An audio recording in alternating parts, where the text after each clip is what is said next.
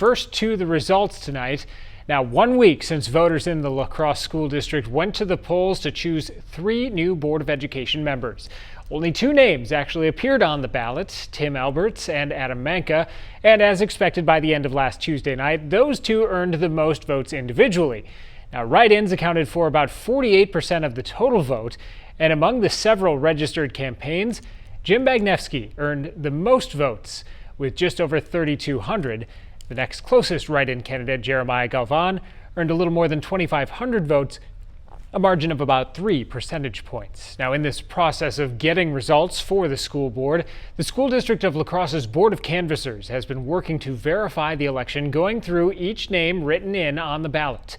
News 19's Crystal Flintrop has been following the process and gives us a look at how they did it. Following last Tuesday's spring election, the school district of La Crosse Board of Canvassers is responsible for verifying the more than 9,000 write-in votes for the Board of Education race. At each of those polling places, the volunteers there wrote down all the write-in votes and they spit out the tapes from the machines, voting machines, and they send that all to us. And as the clerk, it's my responsibility to look at all those results and to tabulate them and make sure they're correct and accurate counts. Once the totals from the race make it to the Board of Canvassers, it's their job to act as another checks and balances in this election process. And these volunteer canvassers are verifying the counts for the 7 write-in candidates. If a name is just a little bit off spelling-wise from the way the candidate actually spells their name, we'll just say out loud, somebody will say, do we feel as though that is a vote for this candidate? We usually agree. There's 3 of us deciding that at each time, and then we'll say yes, or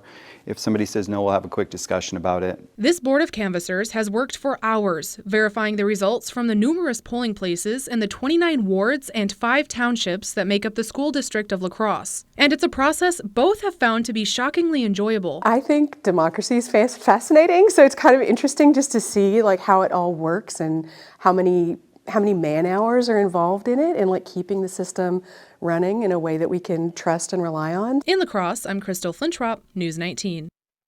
And with the vote now finalized, the margin is outside the percentage that would trigger an automatic recount. And Wisconsin law does allow for any candidate to request a recount if they choose to do so.